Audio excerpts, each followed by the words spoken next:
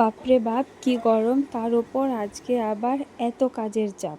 So hello everyone, আমি পূজা আবার নিয়ে চলে এসেছি সুন্দর একটি ব্লগ। আশা করছি আজকের ব্লগটা তোমাদের খুবই ভালো লাগবে।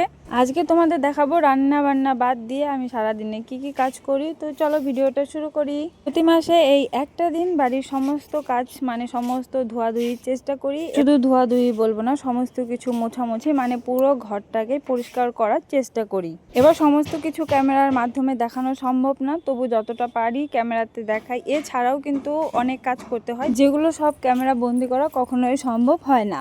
তো দেখো সমস্ত কিছু ধোয়াধুয়ি করে এখন চলে এসেছি রোদে দিতে। তো এদিকে ছাদে এসে দেখি কি গরম, বাপরে বাপ।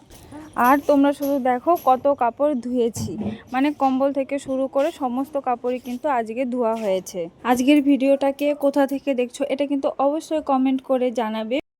আর দেখো আমাদের গাছে কত সুন্দর ফুল হয়েছে, দেখেছো 3 রকমের জবা হয়েছে। আর ওয়েদারটা তো দারুণ ছিল, মানে ভীষণ গরম ছিল আর কি। তারপর ছাদের থেকে এসে এবার ঘরের যে টুকটাক কাজগুলো ওগুলো আগে করে নেব। তো প্রথমে রান্না করে গ্যাসটাকে সুন্দর করে মুছে যত বাসন ছিল ওগুলোকে মেজে নিলাম। আর জানো তো আমি সকাল থেকে ওই 12টা পর্যন্ত সমস্ত বাসন জমিয়ে একবারে মাজি, কারণ অতটুকুর মধ্যে আমাকে অনেক কাজ সামলাতে হয়, যার কারণে বাসন মাজার টাইমটা আর হয়ে ওঠে না। বাসন মাজা শেষ হতে না হতে আবার শুরু হয়ে যায় জল ভরার টাইম। সারাদিনের সব থেকে বিরক্তকর কাজ হচ্ছে আমার এই জল ভরাটা। আর এই জল না ভরলেও কিন্তু হবে না, কারণ এই জল দিয়ে আমাদের দিনরাত চলতে হয়।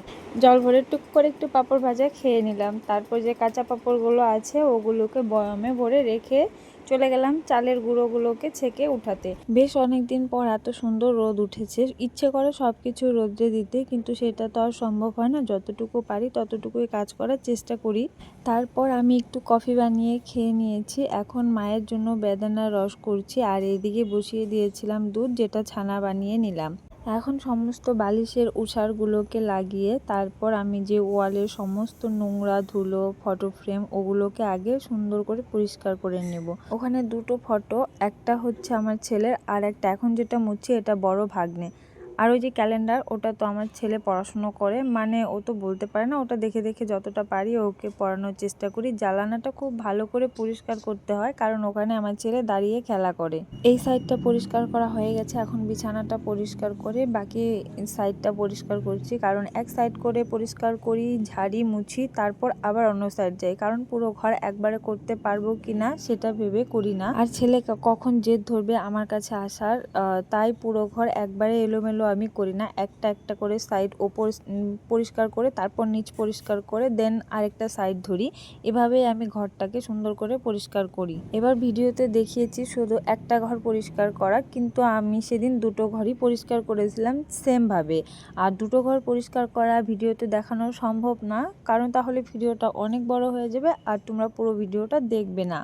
দেখো ওই সাইডটা পরিষ্কার করে আমি কিন্তু আবারও অন্য সাইডটা পরিষ্কার করে নিই। আমার ঘর পরিষ্কার করে মার ঘর পরিষ্কার করা হয়ে গেছে, এখন আমি ঘরটাকে ঝাড় দিয়ে নিচ্ছি। এই ঘর পরিষ্কার করানোটা একদমই দেখাইনি, আগেই বলেছি ভিডিওটা অনেক বড় হয়ে যাবে। তো আজকের মতো এতটুকুই। ভিডিওটা কেমন লাগলো কমেন্ট করে জানিও। টাটা, বাই বাই, দেখা হচ্ছে নেক্সট